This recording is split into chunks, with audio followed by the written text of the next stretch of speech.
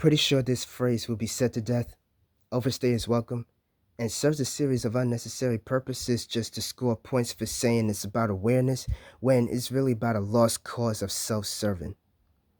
But in the meantime, while this here in a phase that just comes and goes so easily, yes, people, it's me speaking on me based in this conflict of good faith and bad habits, with all the neighboring synonyms sublevels deep in this monolith, a rock solid, thought provoking, monumental exploration of the memories, memoirs, and memorials of every well intention being dragged by the baggage of temptations that inside this hallway of dreams and aspirations, coupled with doubts and damnation. It sounds extreme now, yet down the line is dangerous.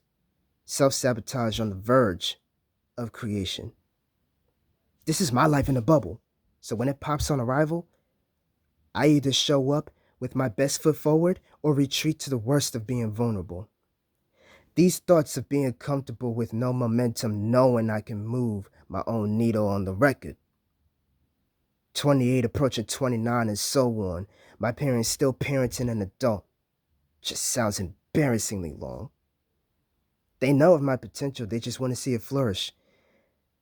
But not only with talents and gifted words of endearment, gotta balance with the challenge. I ain't talking about the show. That's a game night compared to the game I have to play in the broad day. Chess, not checkers, is the go-to analogy. Training day for the food chain of the hungry amongst the monopoly. Take the word broad and spell or between the B and D. Rowing down the stream of consciousness from dead and buried. Switch the same two letters coming up in vocabulary where each scrabbled piece is scattered, pointing out the timing of reigniting the headcanon reaches. Carried by the angels and demons of my psyche. I ain't psychic, but I've seen every pattern, then comes my logic. 'Cause it's familiar yet foreign to me. Why? I'm more observant and less experienced, given how it feels like it.